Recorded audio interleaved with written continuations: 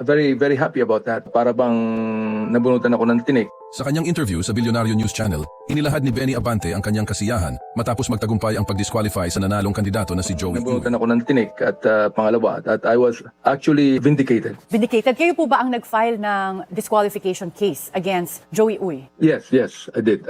Upon learning that he is actually a naturalized citizen. Paano niyo po na-discover yun? That back then, si Joey Uy, according to at least the decision of this division, was only a naturalized citizen and at the time that he was born, his parents were Chinese nationals? Well, someone called me up, but I have not talked for a long time and told me about it. So I began to really study it and investigate, actually. And how were you able to gather the documents or proof about Joey Uy's citizenship? Well, I got a lawyer and they were the ones that actually looked for the evidence, and lo and behold, talaga namang nakita na he is a naturalized citizen. Ano po yung message ninyo sa mga supporters mo? We understand that you won in the 6th District. Malapit na malapit po yung votes between you and Joey Uy. Yeah, ako nagpapasalamat sa aking constituency na naniniwala pa rin sa akin. No?